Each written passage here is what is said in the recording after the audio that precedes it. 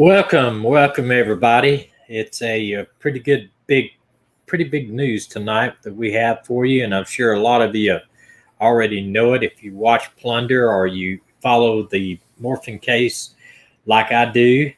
But I want to get a little housekeeping out of the way first. If anybody wants to be a moderator on this channel, if you can email me at the missing live stream at gmail.com, and I'll explain basically what what I expect out of the moderators. And I've been told several times today that I needed them. So if you think you would like to be one, we're not expecting you to be here every single time, but if it would help, and I plan to put about 5 moderators online if I can get them. And so if you will email me, I'll tell you what I expect out of it, and I'll tell you the way I need to get y'all set up for that. Okay, wow, today, somebody asked me, well, first off, I'm going to start off, I've been warned about this by a viewer. I need to chase rabbit holes that they said once I start trying to make a point, don't just stop in the middle of it. And I say this, sometimes I see a question come up and I don't want to be rude, so I try to respond to that question, but I'll try my best not to do that. Also, one girl said she doesn't like the fact that you can't see my eyes because I have a reflection of my glasses. I'm trying to get some softer light in here, but this is a green screen right behind me, and I've got to have a light on there all the time, or you're just going to see green. You're not going to see what it says. So, I'm having a little difficulty figuring everything out as far as that goes. And plus, this costs money. So it's not like I've got all this money. YouTube right now currently paid me so far this month $8. So but it's $8 I didn't have last month, so I'm very, very proud of it. But please don't think I'm getting rich on these videos. It's just not happening. And that's not why I'm doing this. I told you that too. But there are some changes will come along with this. I'm in my house extra bedroom, and if I showed you this, you'd probably pass out because I've got all kinds of camera equipment in here that I've accumulated over the years, but none of it is for video. Not many anyway. Okay, let's get down to it. Wow, today, it's amazing. The Daily Mail has been unbelievable in bringing some stuff out. And last week I made the comment that I thought it might be 6 to 8 weeks before there's an arrest in this case. I give it less than that. I would even look for an arrest in this case within the next 2 weeks. But I don't think any time sooner unless they can get a grand jury together. Even though this is pretty breaking news tonight, you still got to accumulate some evidence. But the news out of the Daily Mail, and I'm going to play a video about it, basically says that Barry was not home the night that he claimed he woke up and left his beautiful wife sleeping. Apparently, he was not even home. He was in Bloomfield, Colorado, which is above Denver. And I'm going to play this for you real quick and get this short little a newscast. Just now, involving Suzanne Morphew, the Colorado mother of 2 that's been missing since Mother's Day. According to our news partners at the Daily Mail, Suzanne's husband spent the night before she vanished at a budget hotel in Denver and left the room, quote, reeking of chlorine. Morphew has not been seen since she went for a bike ride in May when her neighbor and daughters were unable to reach her from home. But we'll be bringing you more on this as we get it in this morning again. Wow, that is major. This is major. Chlorine, as you know, yes, chlorine, as you know, is used to clean up blood stains. In fact, I pulled up this piece on it. There are bleaches such as primary chlorine, and there are also oxygen bleach. Chlorine bleaches can remove blood stains to the naked eye. Fortunately, forensics experts can use application substances such as luminol, and I can't pronounce that word, to show the hemoglobin is present. So here's what I think probably happened, since he did rent that motel and stay there that night. That probably whatever happened, and then the body was dumped. If he did it, let's go back. I'll get hate mail again. If he did it, the body was dumped somewhere or buried somewhere between here and Denver. And they used chlorine to clean up the blood off the interior of the vehicle. That's what I bet happened. But, you know, that's just one hypothesis of this thing. But this is a major break in this case. I wouldn't call it anything less than purely a major break. Yeah, you got a question, because I tell you, this, like I said, these bright lights, unfortunately, I don't have great lights. Ask them in all caps for me, and that will give me a way to look at that. Be sure that you know that you are asking a question, because unfortunately, I'm operating currently off a small 16-inch MacBook Pro, and I can't do that. Disagree. I think she took her there, did things, and disposed. Only problem with that, Lee, is this, okay? This was not, and I can't believe the Daily Mail called it a sleazy motel or a budget motel. I don't know about what they consider budget, but it costs like $98 a night. To me, that's not a budget motel. That's the average motel I would be trying to stay in. It's a Holiday Inn Express. I got a picture of it. The Holiday Inn Express, I don't think it's called a sleazy motel. And the problem with that is the room doors are on the inside. They're not on the outside of this motel. And they have cameras all over the place.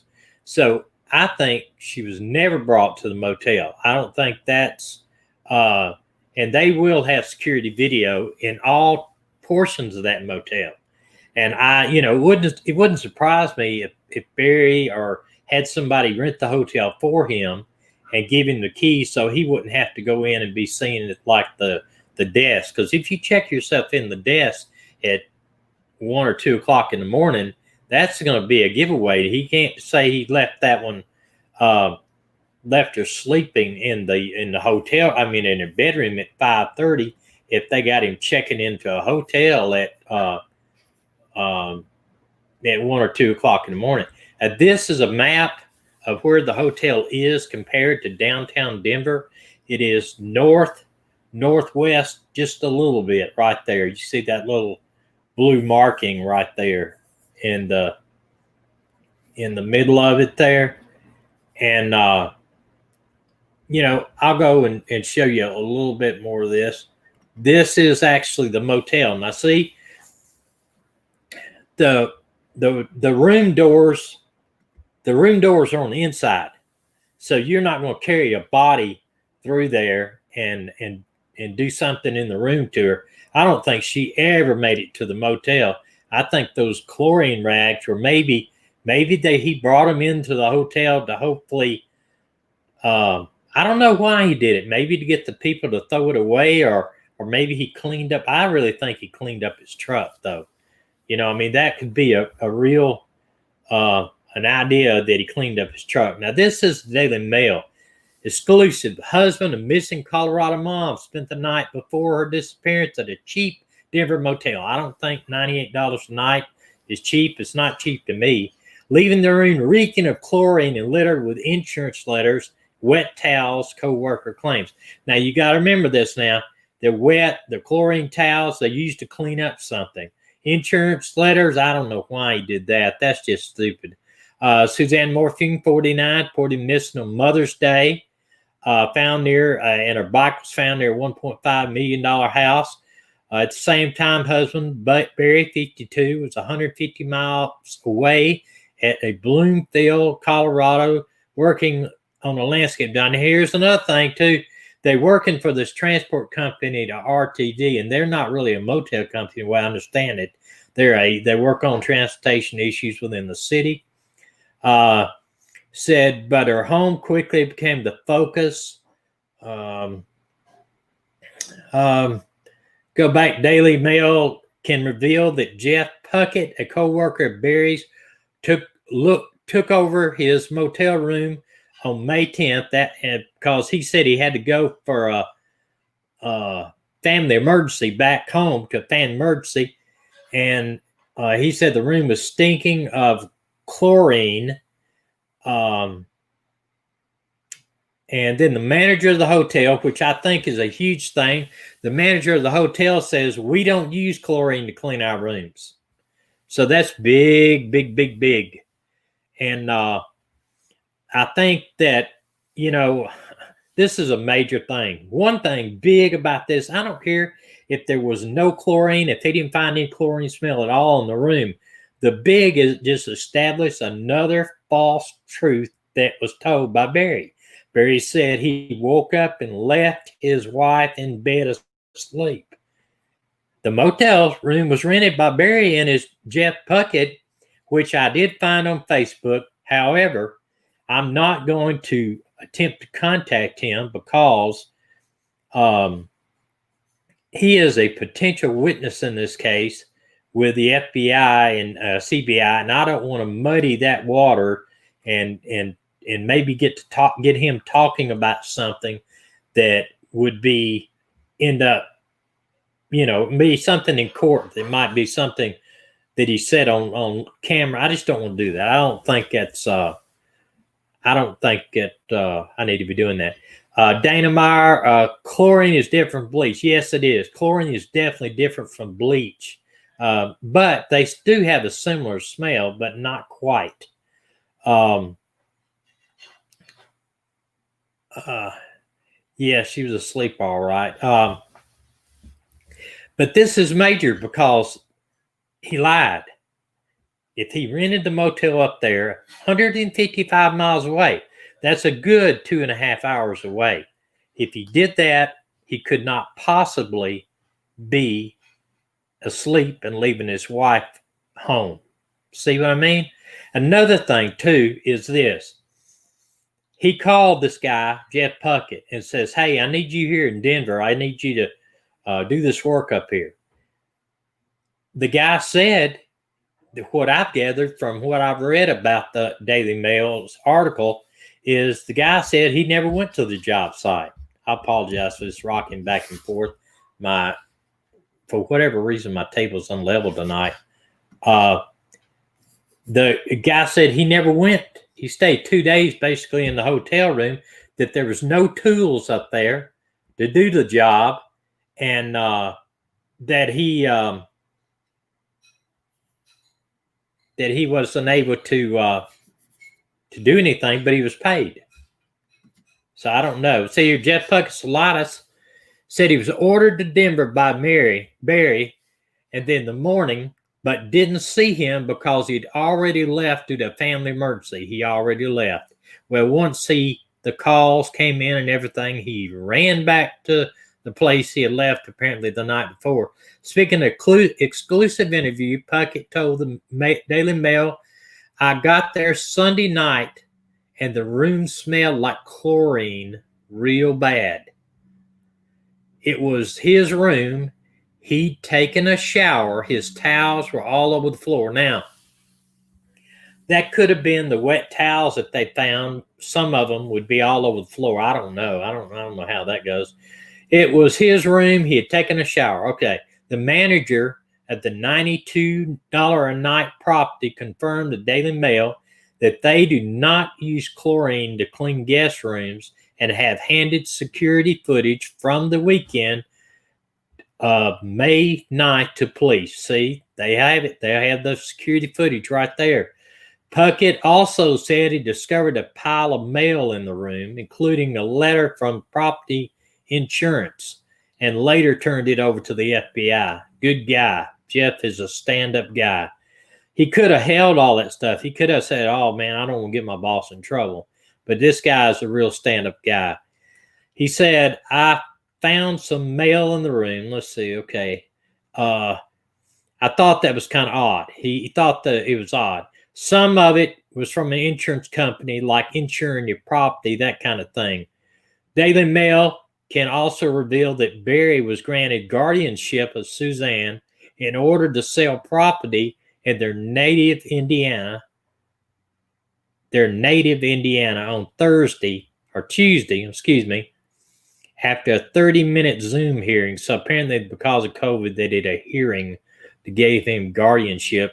Despite being told the landscaping work was urgent, Puckett told Daily Mail that he arrived to find no tools. Remember, Barry said, I'm going up there to give them tools, so they stopped the next day.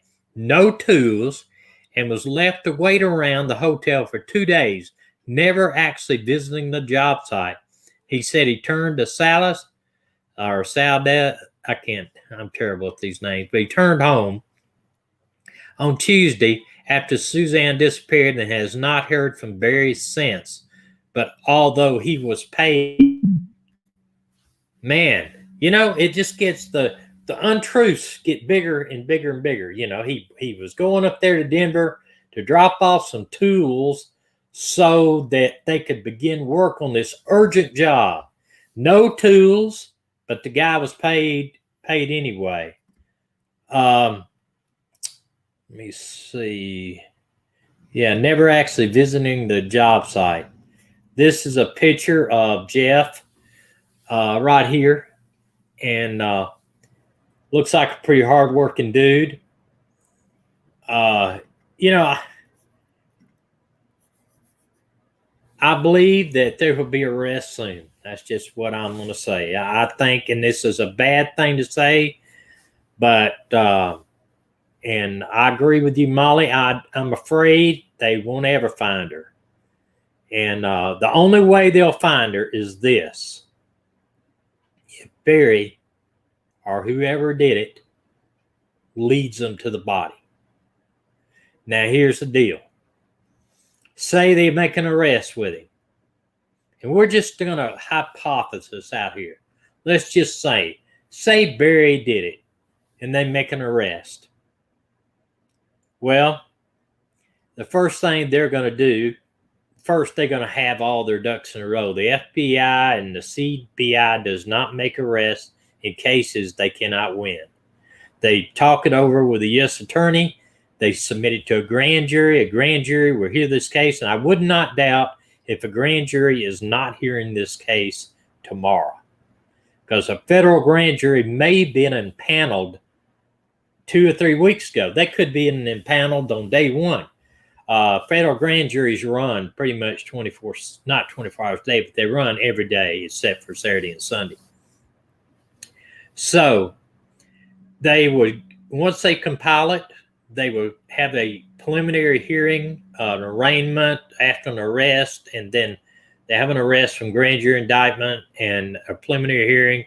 And then they may offer him this. They may say, we will take the death penalty off the table if you tell us where the body's at. Lead us to the body. That's a lot of times they'll do that. But it's going to be hard to prosecute without a body. But all of these stuff right now that's going on right now, it just goes to show you, we could go back. What I said from the beginning is the bike never happened. The bike ride never happened. There's nothing other than a found bike, and his and Barry's a suggestion that she was on a bike ride. No other evidence of her taking a bike ride. Nothing. Zero. No video. Nothing. Motive and opportunity. Okay. The girls wasn't there. He was in the house. Now I've got some people listen. You can believe it. I know, with over 2,300 subscribers, and listen, I thank you so much for subscribing. I love every one of you. But I get a lot of people jumping on me in emails to me saying, you should not ever say he's guilty when he's not been arrested. Okay, so I'm going to put it this way. Hypothetically, that's better. Hypothetically, first off, I don't believe she's ever on a bike. Hypothetically, the kids were gone. We know that's true. Hypothetically, they had some argument in the house. Something happened and he killed her. He has between that time and what time he arrives at that motel to do something with the body. My belief is because it's nighttime, hypothetically, he can put her in the truck. He heads somewhere, disposes of the body, and then goes on up and then checks into this motel, probably somewhere around, I think what you're going to see is somewhere around 2, 3, 4 a.m. That's what I'm guessing. It's sure not after 5:30 a.m. I don't believe that's it. I mean, he could have, but I believe cover of darkness is what he's hoping for, okay? We will know that from the video from the hotel of what time he checked into the hotel. Now, he's got all of this stuff in his truck. Maybe he needs to get rid of it. So he goes somewhere, washes his truck out with a pressure washer, inside and out, takes towels and wet towels and stuff with this stuff on them, and cleans his truck best as possible. And he may have even thrown his towels away somewhere else, but that stuff stays with you. When you get it on your clothes, you can't get it out. So he takes a shower in the motel room, and the wet towels on the floor was stuff that he's trying to get the smell off of him, but it won't come off of him. That stuff stays with you. I mean, it really does. So hypothetically, that is my scenario, or something like that could have happened. Now, I think that this is something that may break the case wide open. It sure does put more finger pointing on the husband. It really does. I mean, all of this stuff, that led up to this, all of the things that, no wonder polygraphs weren't taken. No wonder voice stress test wasn't taken. I wouldn't do it either if I was in his position of knowing all this. There's no way, because they would know for sure. But it's major. I'm telling you, I think out of everything that's happened so far, this is probably the most major thing on this case today, what they found out. The absolute major thing. It's almost a smoking gun. It's almost a smoking gun. And I think it's just one more nail, one more nail. But I wanted to touch on this. I wanted to bring it up. It's big, big news as far as I'm concerned. It's huge. It really is. But I was going to do, and because this channel is not just the Morphew channel, I wanted to touch on a disappearance tonight. And I hope you'll stay with me. Please stay with me. But I'll stop there. I'm going to do something that I got fussed on about doing. Somebody told me mentioned earlier that there's another live stream that has a lot more views, a bigger, huge channel that is on the same time that I'm on. Could somebody tell me what that is? And if I need to do something about changing the time that would be better for y'all? I don't know. I don't know that it is. I know Profiling Evil is on at 7 Mountain Time, but it's not going to be the same as me, I think. If somebody find that out, just email me. I'd appreciate it, and then we'll look at it. I want to do what's better. I'll be honest with you. I want to do what's better for y'all. You know, if the time is better for y'all, then I'll work around it, provided I don't have to be here much earlier. That's my issue currently. It interferes. But one thing I want to say too, and I think the date is September 23rd. Andy, Suzanne's brother, is going to coordinate a search in around the house and the property around the house. Search for Suzanne, and I wish him luck. But a lot of people are putting. They actually, I think, even have a GoFundMe page set up to. And I apologize for not having that name. I'm sure somebody could put it up there. But that people are funneling money to the people that cannot come to the actual search. There are people giving money for the search. Unfortunately, this may affect, the news today may affect the search because, in my opinion, and it's only my opinion, I don't think that they're going to discover Suzanne anywhere close to the house.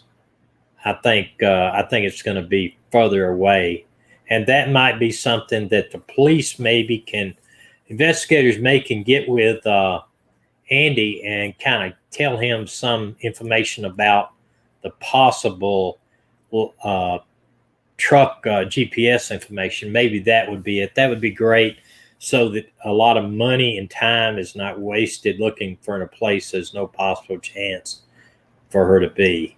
And I think that it is a lot for Andy is wanting to do something, get out and do the media thing, And I don't know if y'all saw it, and which I hope you do, and it's still valid. Court TV right here did a segment, and it is on YouTube, and Court TV, about the massive search that they hope to have. It is on YouTube, and I suggest that you go over there and watch this.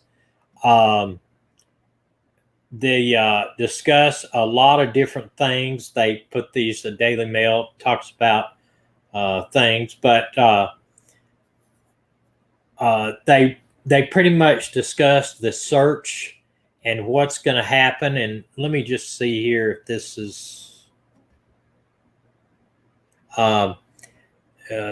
is something that he told Court TV. Andy did. He said, they asked, are you suspicious that Barry may be something to your sister? And he said, very, very suspicious. If it was my wife, there'd be nothing that I wouldn't do. No level of cooperation that I wouldn't take care of. And, that's what I said, and if you've watched that Barry Morphew challenge video that I did, there would be nothing I wouldn't do. If my wife, my family, any of my family were missing, there wouldn't be nothing I wouldn't do. I'd be on the news every single night. And there's just another thing, I saw a picture of this where I thought, let me see if I can find it here, that I thought was kind of weird. Now I know people got to live after a disappearance, but this is a picture that the Daily Mail took. He ain't worried about his wife looking for his wife. He's got barbecuing to do. I don't know. I can't get that. I can't understand it. And also Andy sent a message, said, don't go down as a coward. Don't make all these people show up out there. Don't make us go find her. You go, take the authorities to her, give up the information where she is, allow them to recover her. And at least this way, you'll go down in history as at least he did the right thing in the end. Andy challenged him, man. I tell you what, heads up to him. He did. That was super, super good of Andy to do that. Man, I feel for the guy. I really sincerely feel for the guy. I really do. Well, listen, I know this took up a good bit of the hour, 30 minutes, the first 30 minutes. I felt it needed to be said and to get you caught up. And I know you probably knew the information always because y'all are good investigators where you're at and you're finding out things, but other people maybe in Australia, England, and whatever that listen to the program, I really can't believe that all these people actually do. And I'm just so happy about it. But that is the latest on it, and it's changing hour by hour every day. And I think a lot more information is going to come out of this room that he was in once the videotapes come in and we find out what time he checked in. That is a crucial thing. And it doesn't mean anything if he checked in at 9 o'clock in the morning, because the chlorine and all that stuff says all I needed to hear. You know, they don't use that stuff in landscaping. He didn't leave bottles of it for the guy to go fix the wall. You know, it's used to clean up blood. It's used to clean up a crime scene, you know. And the problem is, Barry, and I'm speaking to you, if you used it in that way, luminol can still pick up the blood. How about that? Now, I'm not sure how long that the FBI kept his truck, you know, or even if they did keep his truck. I'm wondering if they just took the computer, but I would imagine they checked the truck. Okay, I'm going to talk about the second part of this tonight, and we're going to look at a disappearance, and this is a little bit different than what happened to Suzanne Morphew, but I think it needs to be addressed and needs to be brought out there for anybody that lives in this area. This is a girl missing right here. She took off by herself, and which is kind of disturbing. I guess people do that all the time. I'm just not. I just wouldn't do it, and I'm an old fart, as they say.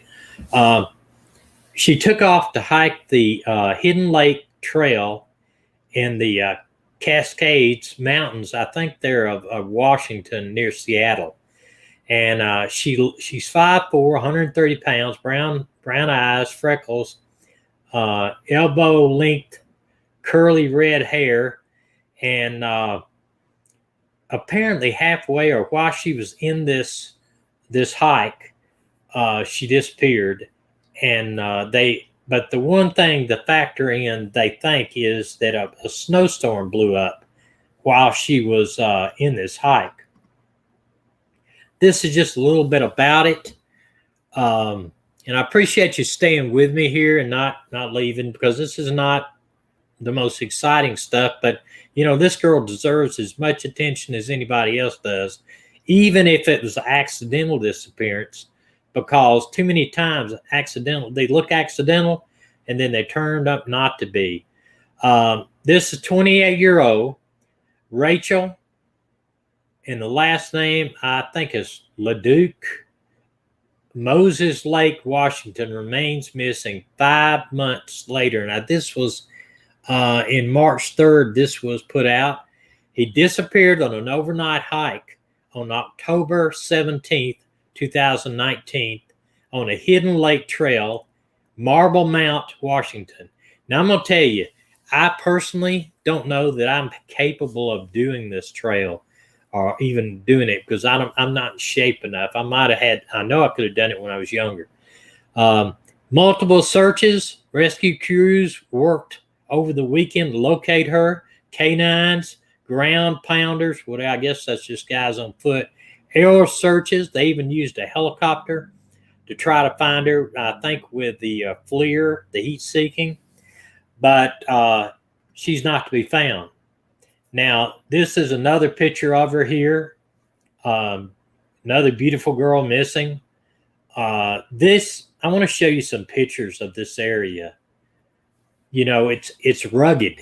It's mountainous. The trail is pretty defined, though. The trail that I saw pictures of was real defined. If there's not snow on the ground or a snowstorm like that, it should be no problem seeing the trail.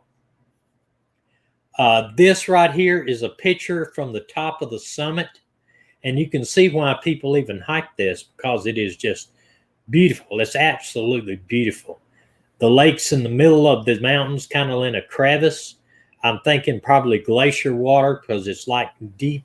I saw a picture of it fairly close up, and it was a deep, dark blue, and the sides were like aqua blue, just very, very beautiful mountain lake. Now, this is what she was trying to get to. At the top of the summit, where most of the hikers, what they do, they hike up and they stay in this cabin at the very top of the hill. It's got a fire thing in it where they can build a fire. It's got beds. It's got, it's just a little cabin. I'll show you the inside of it. And this is another picture of the back side of it where you can see people had hung their laundry out there. But look at that. Wow. Man, I just can't imagine. It's actually, the cabin is tied down with wires to keep the winds up there from blowing it away. This is one side of the cabin here, beautiful views in it. And this is another side. See, it's got a wood waiting for each of them, books, they have beds there. And, it would be a good place. You've got a fishing pole. I guess you want to hike down to the lake. Fire extinguisher inside. It's a national park area. So they found her car at the trailhead. So she did make it at least to the trailhead that they know. Now, that's another thing. They're not 100% sure she ever went. She could have been taken in the parking lot. She could have went up the trail and met someone that decided to do something bad to her. Not a single one piece of her equipment has been found. They found equipment on the hillside, but none of the equipment has been brought back and said, yes, positively, that's her equipment. Because she had a backpack, she had, sleeping equipment. She was a very experienced hiker, always checked the weather and everything. So, I kind of think maybe she got on the trail, met somebody that wanted to do her harm. Who knows? We don't know. Or possibly even taken in the parking lot of the trailhead. She had she had planned to go up and come back and meet, and then she did call the house.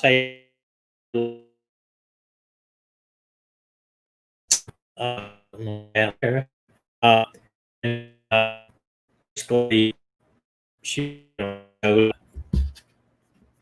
Okay, this is another disheartening news. Family of hers, search crews were able to reach the Hidden Lake cabin. No sign of Rachel. Officials tell me the trail got 2 to 4 feet of snow since Thursday. Officials are calling this recovery mission. I understand that now. That they have got teams going out. They've got teams going out every weekend just about now, trying to find her remains. And one of them is a guy, if you go to his YouTube channel and you go to his Facebook, it's called 49th Parallel. I don't know why, or maybe that is the coordinates up there, but he leads a search and rescue group, and he is hardcore, and he seems to know what he's doing. So, maybe they will find her, but I'm not sure she ever made it to the trail. This is the area.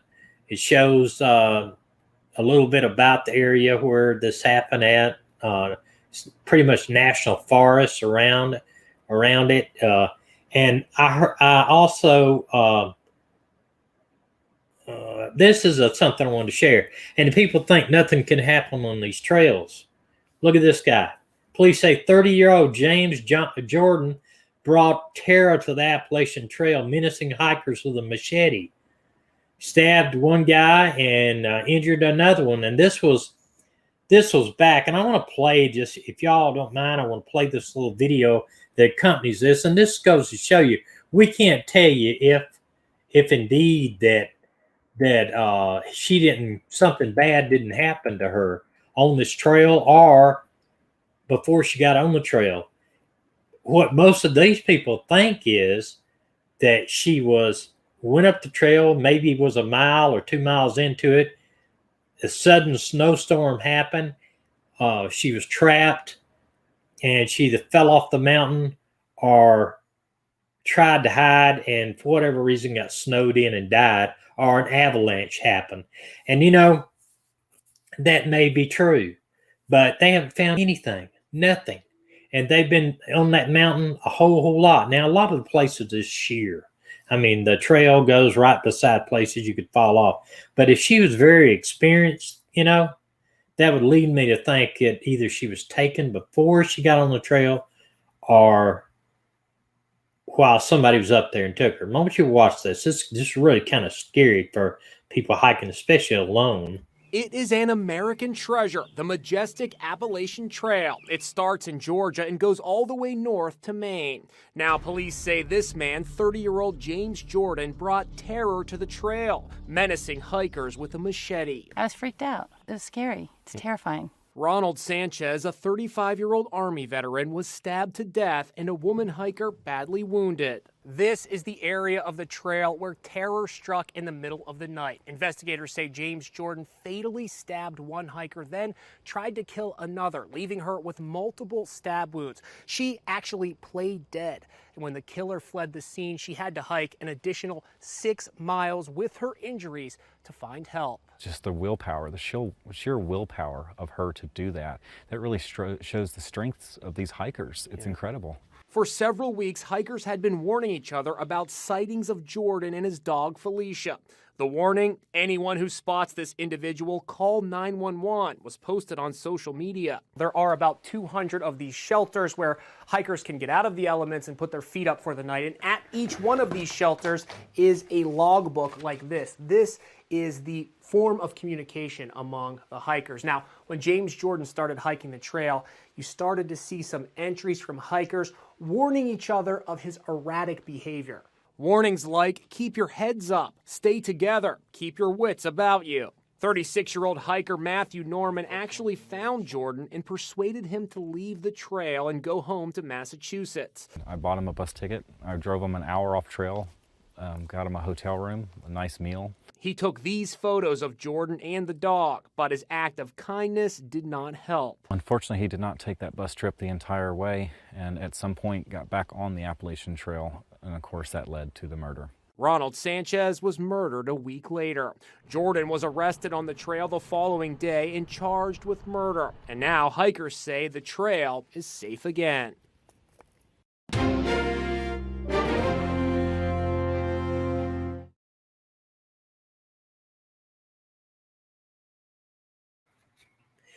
Well, so that's just the Appalachian Trail. And I know people, I have friends that have hiked that. Not the complete trail, it's like 1,500 miles. But people hike, through hikers, right after they start at the front of it. Hardly anybody hikes it the other direction for some reason. It's downhill though, isn't it? No, I was playing. But, they hike it and it goes way up into Maine. And it's like, it usually takes people up to a year to hike it. It's just crazy. I know I heard one time that some Marines hiked it 3 months, but that's really getting after it. But so people do, they just go ahead and hike portions of it.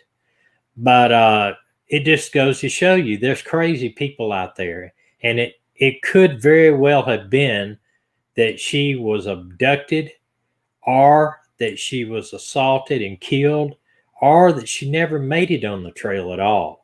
And I'm not saying this to cause any people in her family or friends to think, oh, well, that guy doesn't know anything. And I'm just throwing some stuff out here. We don't know what happened to her. It would be great if she was abducted and she's still alive, even if so traumatic of an experience that she may have, it would be great. But just like Suzanne, when you're missing for 3, 4, 5, 6, 7 months, it's a miracle if you're found alive. Now, they have been girls that are put in sex trafficking that have been found, that they would be, found in these raids. I understand that they recovered a bunch more in, I think, Wisconsin in the last couple of days, too. I'm kind of anxious to see if any missing persons were in that group. or that they may have been taken and put, kidnapped. And you know the stories of the guys that, kidnapped these women and kept them in shipping containers and all kinds of other stuff. I think that was in Wisconsin too, that happened. But regardless, we do want to bring closure to this case, but it was important enough when I was reading about this case to bring it up again. Now, I contacted the spokesperson and rescue coordinator for this case and asked him if he would send me an email to come on and trying to give us an update, and we could just ask him the questions that we had, but I did not receive a reply. If I do in the future, surely that I will take a little bit and examine this again. But I think all eyes and really our focus right now should be anybody that is missing, to give them a benefit of a doubt that we could find them alive. And that's what, of course, we'll pray that we do. But if nothing else, we need to, the people that go up there need to be watching for things. And if they find stuff, to report it immediately to the police or ranger or to this group that is following up the search. I know that they are really wanting to get some groups together and coordinated official groups through this guy with the 49th parallel to search for her in a coordinated effort and before the snow falls, because I think snow gets in there about this month, and once snow gets in there again up there mountains, you might get 6, 7, 10 feet of snow, and it's going to be impossible to search that area. So let's just hope and pray that she is found. But I wanted to bring this to our attention, and maybe something will come out of it. That's all we want. We want resolutions, and it's like I say, everybody out there, somebody knows something. It doesn't matter. Now, if she did have an accident up there and she was snowed in, died of hypothermia or whatever, maybe they will find her remains. But this area does have animals, but this high up like that, it's not going to be like, I'm no expert, but I think that goes up at 6,000, 7,000 feet or more. I don't know. There's not much forest up there. That's pretty much all rock. I don't know what type of animals will live up there. Maybe somebody can enlighten me on that. Okay, well, now I wanted to bring that out anyway, and I'd encourage you to look up this case, read about it. I like reading about all of them that I can. I'm going to play this news report on it, though, before we leave it. Leaving her on the mountain until spring is not an option. That's the message from the mother of a Moses Lake hiker who is presumed dead. Search and rescue crews are looking for Rachel Lakoduk in the North Cascades. She went missing more than a week ago. Her mom posted on Facebook, harsh weather has been making it incredibly difficult for rescue crews to find her. KREM 2's Shayna Waldhauer joins us now with more on what state rescue crews are doing right now. They've been dealing with anywhere from 2.5 to 6 feet of snow on Marblemount, whether it's snow drifts, heavy winds, or cloudy skies. But these crews aren't ready to give up. It's been a great effort. It's just the challenge of the area. Rescue crews went to the cabin where her family was expecting her to be, but there was no sign of Rachel Lakoduk. It's believed she never made it to this cabin at the peak of the Hidden Lake Trail. Now crews are focusing on areas surrounding the cabin and the trail to further their search. We're continuing on this for as long as we can until we say, okay, we've checked every single area on this map that we wanted to check, and we still can't find her. Chad Clark, undersheriff of Skagit County, says rescue teams are going to keep working and putting in the most appropriate resources for the search. But the weather just may be too big of an obstacle. At some point when, it's been a week now, at some point you look at the weather and the conditions and how far up this is and how many people we can get up there. At some point you have to meet all your objectives and say, okay, we have to suspend this until the weather gets better. A time he says might not come until the spring. But right now, they're still looking, and they'll be back out again tomorrow. It's going to be searched from daylight to sundown. Clark says they'll have volunteers from state and county agencies, 2 dog teams, and avalanche and rescue crews.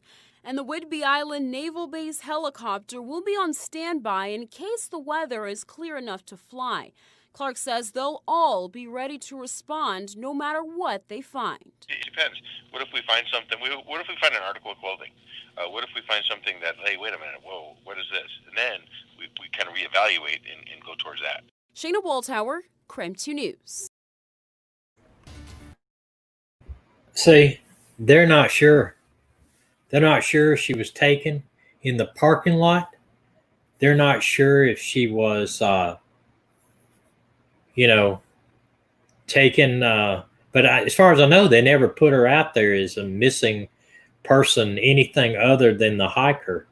And, I hope that they, it'd be great if they could find her alive. Right now they're looking, as you said, it's a recovery mission, not a rescue mission. But that's been since last year. But I just don't see any evidence that she ever got on the trail. I mean, other than she's a hiker and that's where she intended to go. She could have very well been taken in the parking lot. It's just something to look at. I think that I don't know anything about the husband, if that was her husband even. There's a little talk about the guy in the picture. I never did. I tried to find out myself, and there was very little talk about him. So it would be good if some of y'all, that especially I see so much insight in the questions you ask, and so much insight in the emails I get, and also there's a lot of comments that people will watch this video later on and they'll comment on stuff, and there's so much insight. I see a lot of people that could have easily been criminal investigators. I mean, very, very easily. And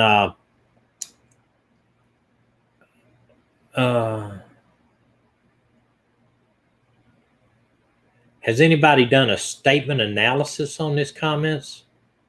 What are you talking about, a statement analysis?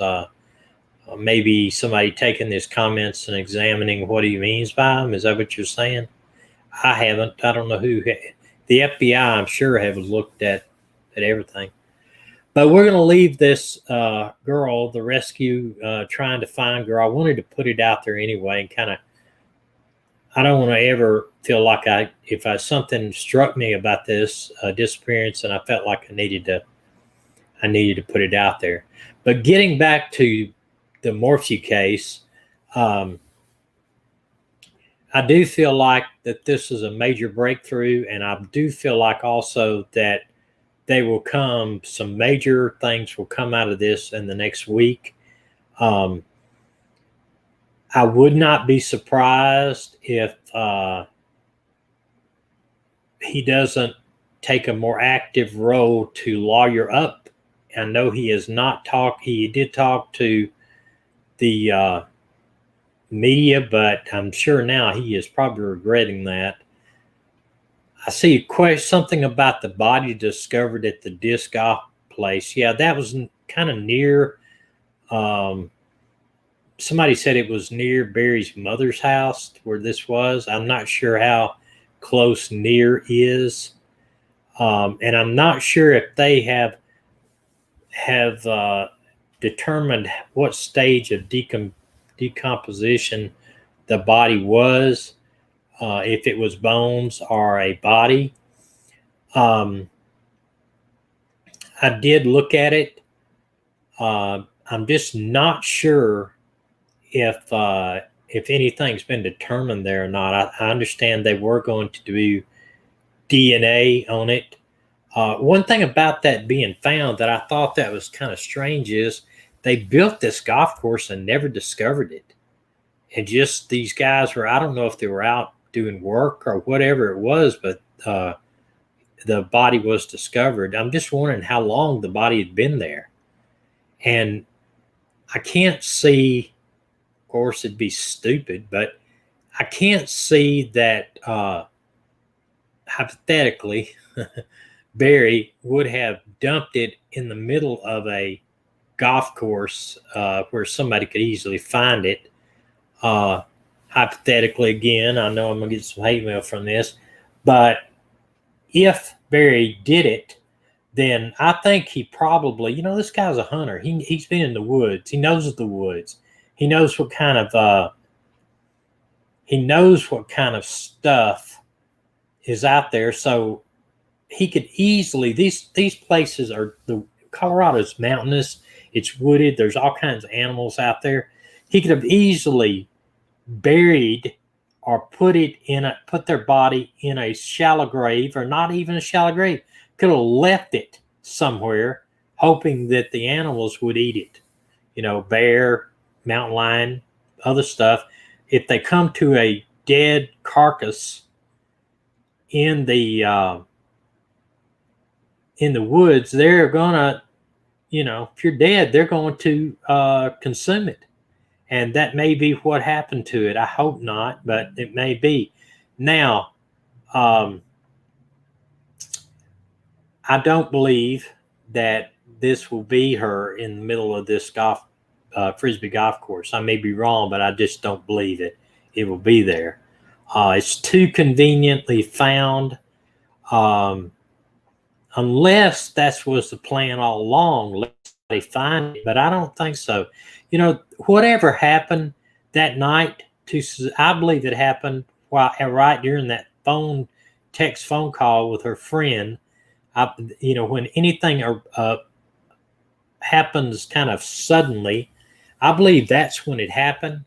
And I believe it may not have been planned out. I hope it was not.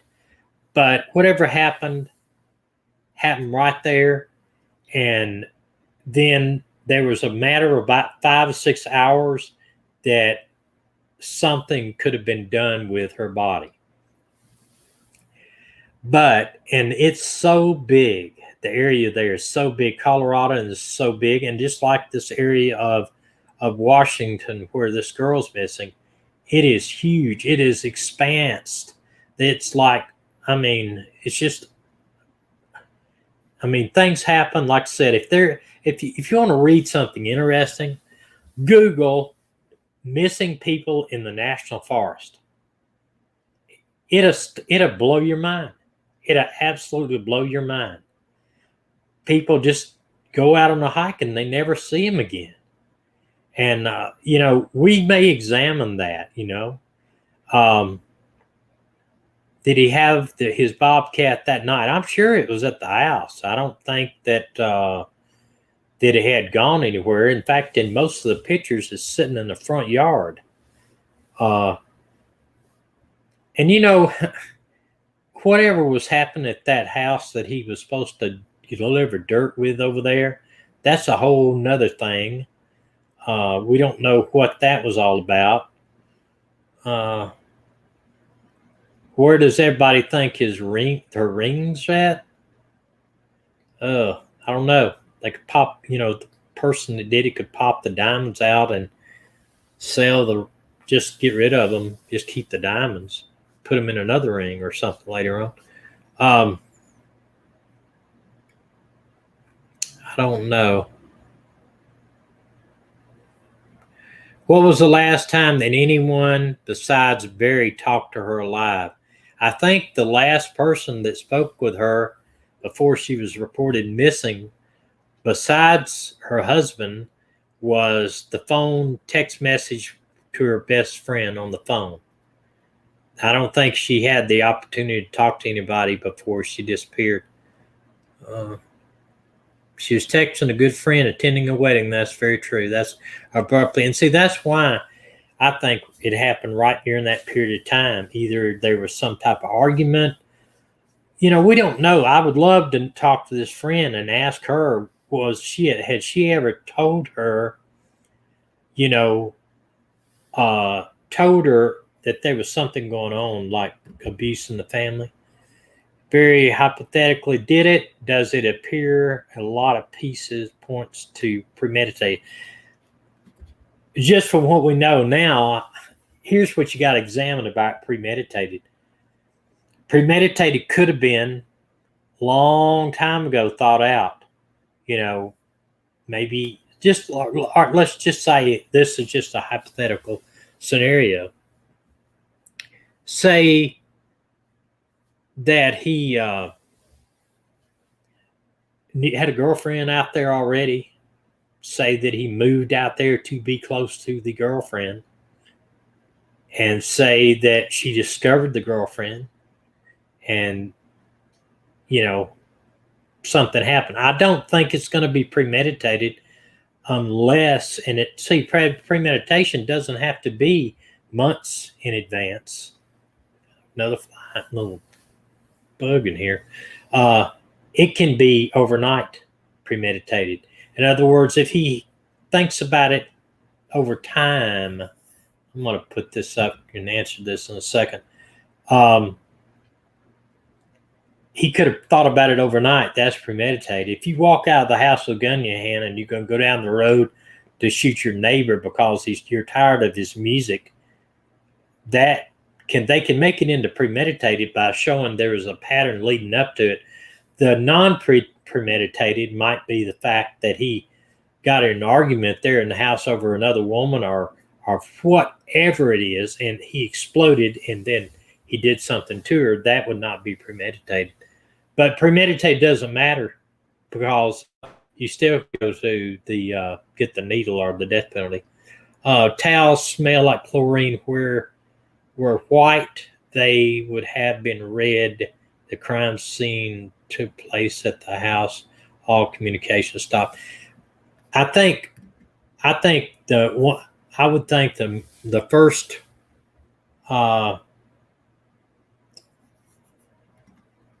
I think the first crime scene, would be. I think there'd be two crime scenes actually. I think one at the house when the actual crime took place.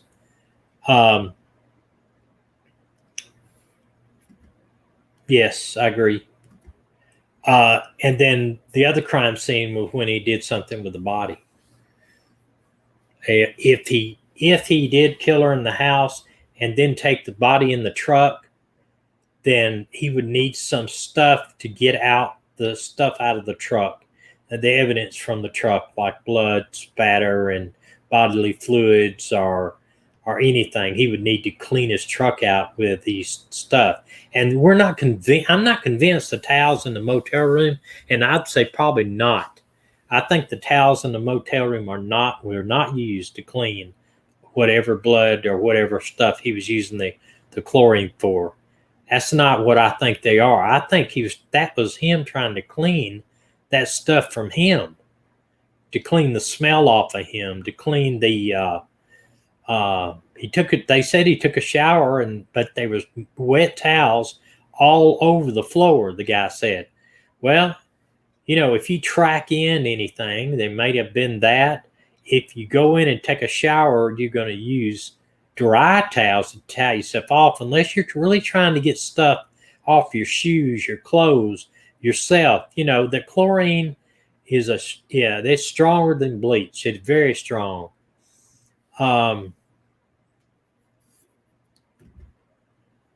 Diamonds the size of Suzanne's have serial numbers engraved along them and the grade of the diamond. I don't know that's to be true. We own a shop now that deals in a lot of jewelry. I've never seen that before. And we've had pretty expensive rings there, over $20,000. But I guarantee you he had blood on him or some type of something on him he was trying to clean up inside. I doubt the towels in there had anything. It is true they do have serial numbers on the diamonds and stuff. Wow, okay. Where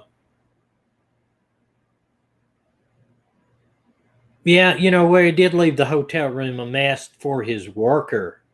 I guess he thought maybe the worker wouldn't think nothing of it, I mean, if you ever see these guys, they actually work in crews, there'll be several crews work out of a room. It's not left good. And, so You know, I think personally, if he took her rings off, he probably, knowing this, whoever killed her took her rings off, knowing who they are, narcissistic like they are, if he did it, you'll probably find the ring, the diamonds popped out of the ring, and the gold sold separately, maybe pawned, sell it. But if he took those diamonds and pawned them at a pawn shop, they're not going to put these serial numbers on those diamonds anywhere. Trust me, I know that 100%. But they're just not going to look enough to get a serial number off a diamond and put it anywhere.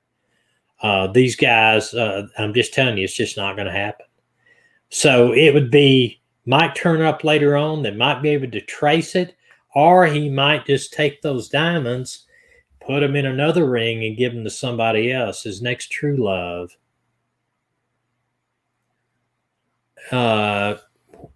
Here, 49th parallel. Okay.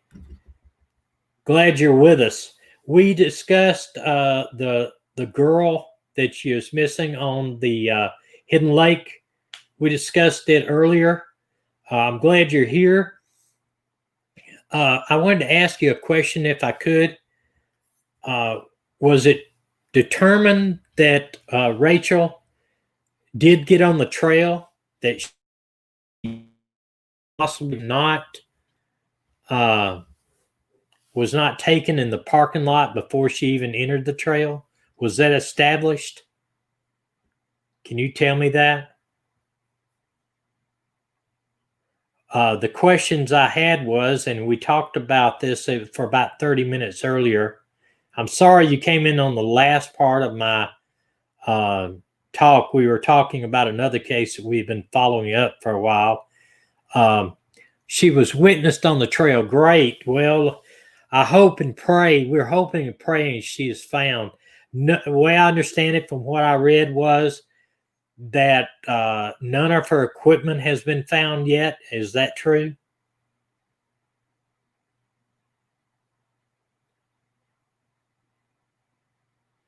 Can you tell me if any of her equipment has been found?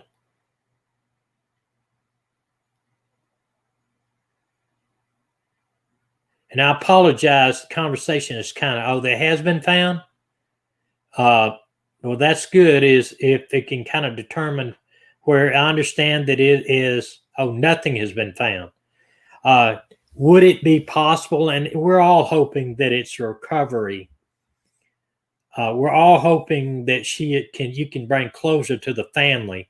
We would love to be, to say that she could possibly still be alive, but after this long, I think we got to look at it realistically. The person that spotted her on the trail, did they say that she was going up or down, or was she seemed to be in any distress, or that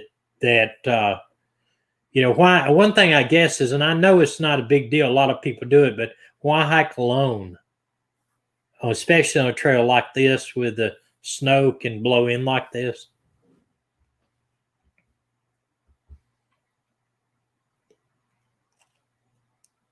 Or is this pretty much, it wouldn't be no big deal for someone to hike alone? I'm not a hiker, so I don't know. I enjoy the outdoors, but I haven't never been a serious hiker. Witness going up, they told her to turn around because of weather, but she was determined to go up. Oh, wow. I wonder how do you know how far in was she at that time? Yeah. Okay. Well, I'm not saying it to demeanor anybody for hiking alone or questioning. It's just something that, of course, I don't live in that part of the country, 3 miles in. Well, she may have thought she could make the cabin. I did have pictures earlier of the cabin, and it's amazing place. And I can see why people want to hike this trail, because the views are incredible from what I have done. I'm going to post a little bit about this one up here. We'll go back up to where I had the pictures of the cabin. We covered all of this. Amazing, absolutely amazing cabin. I'm gonna try to get that one comment off of there in just a second. Another picture from inside, and one more that I covered. And I'm guessing that this is a good picture of her that you have here on this, and that that maybe you can tell us at all, anything at all about what you want to bring to light. I mean, we currently have a little over 2,000 subscribers, but we are growing every day. We have great people here, and these people care about people that are missing, and that is all this channel is about, is trying to be light to people that are missing all over the country, in fact, all over the world. And if we could, I would have loved to have you actually on this live stream with me. I guess it just didn't give you the notification soon enough. If there's something you would like to say, I will highlight it, your comments about her, that you could give us some insight. Maybe somebody would be out there.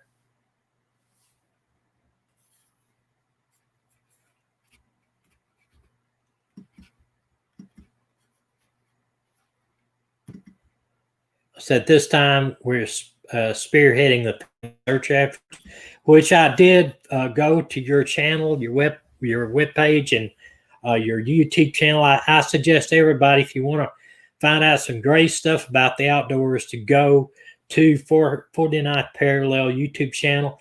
He is truly the man on hiking and being prepared for it.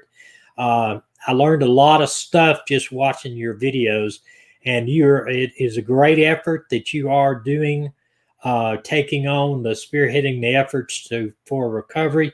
That is a sad word to use, as recovery, but unfortunately, there is things happen. But as this channel is, we explore all options, and that's why that I played a little video earlier about the guy in the Appalachian Trail that had murdered some people up there. So nothing is far-fetched nowadays in America or anywhere in the world. There's some bad folks out there.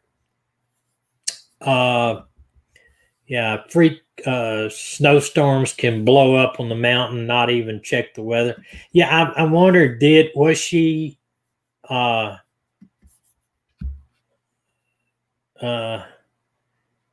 oh, wow, Ireland. That's amazing. Was she weather aware? Was she somebody that kept up with that kind of stuff? Or did she, take that serious? I'm not worse. I mean, I don't know her hiker experience. I haven't been able to read that on what the actual her experience is. And somebody asked earlier, I had pictures up there, and I'll show you one.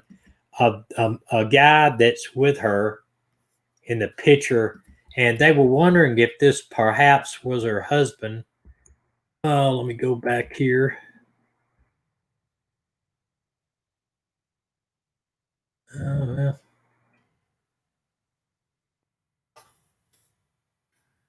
This at the front of us. I'll let you see. Let this play. Leaving her on the mountain until spring is not an option. That's the message from the mother of a Moses Lake hiker who is presumed dead. Search and rescue crews are looking for Rachel Lakoduk in the North Cascades. She went missing more than a week ago. Her mom posted on Facebook, harsh weather has been making it incredibly difficult for rescue crews to find her. KREM 2's Shayna Waldtower joins us now with more on what state rescue crews are doing right now. They've been dealing with anywhere from 2.5 to 6 feet of snow on Marblemount, whether it's snowdrifts, heavy winds, or cloudy skies. But these crews aren't ready to give up. It's been a great effort. It's just the challenge of the area. Rescue crews went to the cabin where her family was expecting her to be, but there was no sign of Rachel Lakoduk. It's believed she never made it to this cabin at the peak of the Hidden Lake Trail. Now crews are focusing on areas surrounding the cabin and the trail to further their search. we're continuing on this for as long as we can until we say, okay, we've checked every single area on this map that we wanted to check, and we still can't find her. Chad Clark, Undersheriff of Skagit. Now, see there, I wanted to see that, but I didn't want to just go to that. We watched the complete video, and it was pretty good explaining. But does that? I mean, was that her husband that was featured in that video? Can you tell me? And has anybody checked him out too? I mean, just for okay, that was her husband. Is he pretty much cleared of any wrongdoing? I mean, you got to wonder too why her and her husband didn't do the hike. I'm just wondering. Yeah, but you know what? And I'm not accusing him at all, but sometimes guilty parties help on searches to throw everybody off. And I'm not saying he did it at all. We're just hypothetical, Oh, he had to work. Okay, so he probably had a good alibi, if nothing else. Well, that's good. I'm glad he's not involved. Do you think that she maybe got within her, maybe seeing how close she was? I assume she's hiked this before. Would I be correct in saying that? Two different cases? Somebody saying it. Has, yeah, there's no way he could have. Okay, well, great. I'm glad that has been ruled out. Then you can, what I think of now, you don't know me, but I'm a retired law enforcement officer with 33 years experience and worked. Over 20 of that I worked in investigations from anything from homicide to robbery to rape task forces to missing persons and primarily narcotics. But we like to examine everything. And if it rules out the husband because he was working, that just goes, you can concentrate your efforts on something else.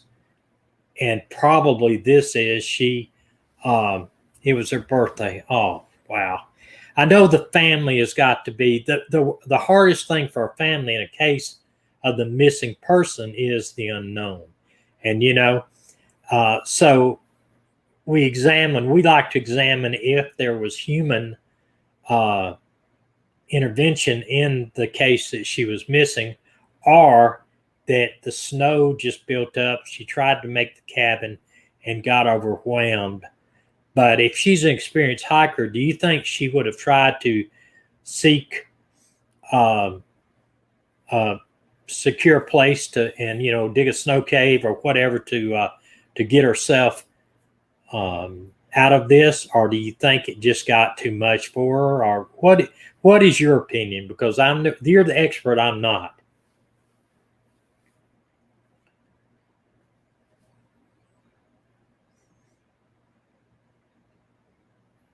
I apologize, people. If we could have, our bear cave, injury or elements. Okay.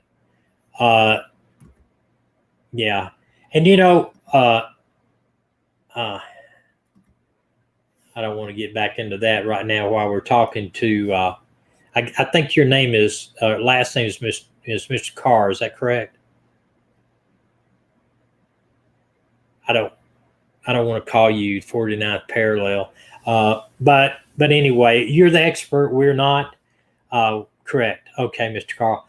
We wanted to bring this case to light, no matter if it's just a hiker being injured or missing, because so many of our listeners live in that area, or they perhaps know somebody that lives in that area and they can just pass it out. The more people hear about that, the absolute better, because closure for the family is everything. And again, please go check his channel out. Thank you for coming on. I apologize that you kind of came into a different conversation. We were talking about the Suzanne and Barry Morphew case, that the missing girl in Colorado. You can go there yourself and check that out, and you'll know exactly what we were talking about. But I did send you a message, and I did say that we were going to cover this case, and I'm really thankful that you did make contact with me here, and I do appreciate it, and I hope and pray that your efforts are successful. And we just tell the family that they're in our prayers, that I personally would not want to be in the predicament of that family, and I don't think any one of us would, not knowing. I think not knowing is the worst case scenario. And when people have these people missing out here and they just don't know, they vanish just in thin air. And I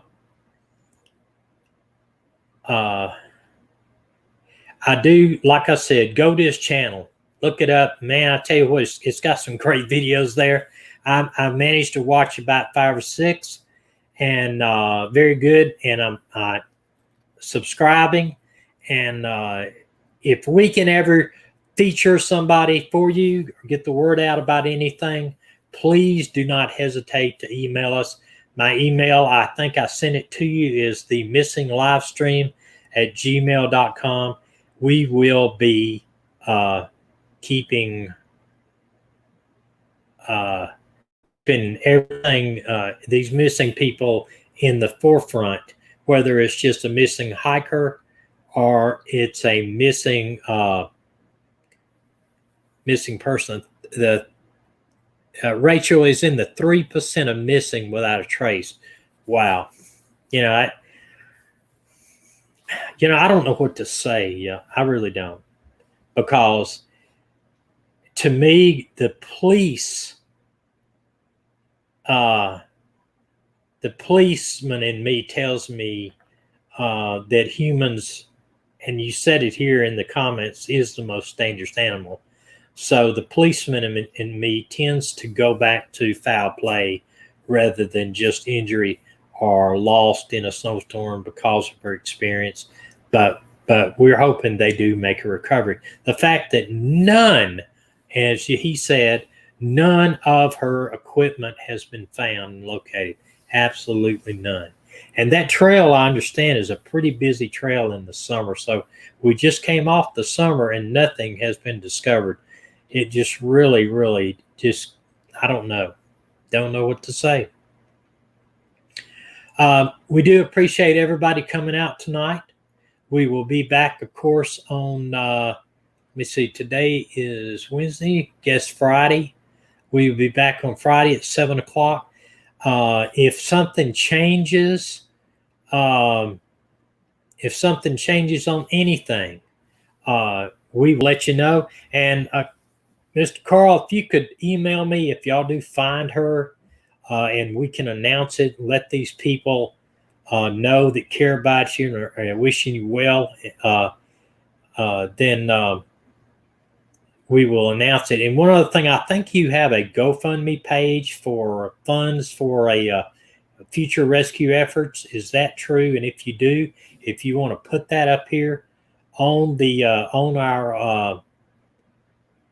on the page here, just in your text there, then people can go and give you funds to help you find other missing people. It's a pretty awesome but challenging job. If you can go ahead and just list your GoFundMe page, I would appreciate it. It's an easy way for people that, like me, that don't have the experience or live so far away, to help you in some way or another. I'm sure he's doing that now. And if he would do that for me, then I would appreciate it. And if we can help you any way we can, we will. But I do want to say I appreciate every one of you, and I appreciate it if you haven't subscribed to the channel, just subscribe. Give me a like if you find anything that is halfway meaningful.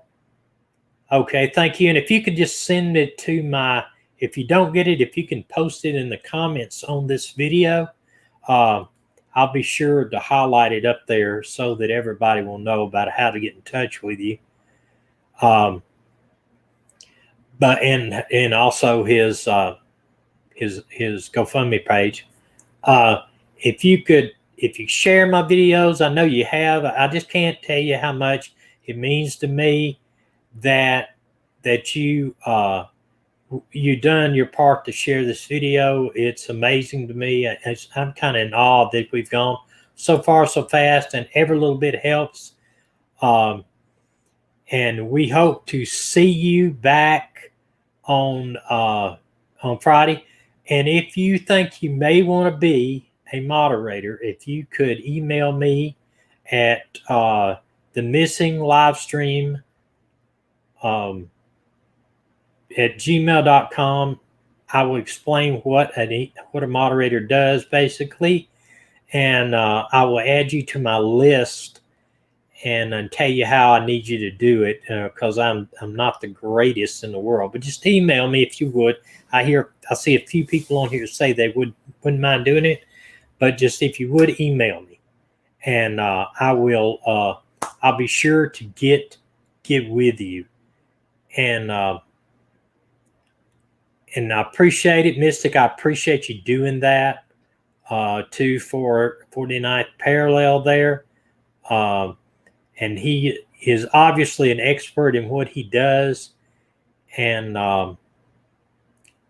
yes, it doesn't matter where you live. Where you can be in New Zealand, Canada. We've got people here from England and Australia, and I'd be happy for you to help out. Just go over, like I said, send me an email. I'm going to send you a little short thing of what I expect the moderator to do. It's not very hard. It's kind of keep the chat kind of clean.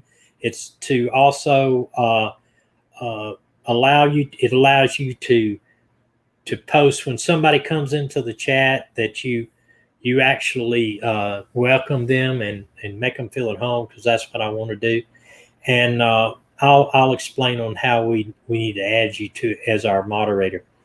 And I do, like again I said, I appreciate everybody being here and making comments and making suggestions, and look for something to happen pretty quick on this case. I really do. I think this was a catalyst that's going to turn this thing around, and we're going to follow it all the way out. We're going to follow it all the way out. If there's an arrest, we're going to follow it. If there's a trial, all the way out, we're going to follow it, because we followed it this far and we're not giving up. So I'm going to let you go for tonight. Appreciate everybody being here and sticking around to the end. And I'm super glad 49th Parallel, Carl, super glad you came on. I apologize again that we kind of came in the middle of something, but we appreciate you answering our questions. And if we can ever help you again, let us know. And we will see everybody on Friday. And like I always do, I'm just going to have a area here of about 20 seconds of nothing but this ending I have to try to get YouTube to allow me to put some things at the end of my video. So I do appreciate everybody. I appreciate everybody and everything they've done for the channel. God bless you. Have a great night. Stay safe. And we'll see you Friday.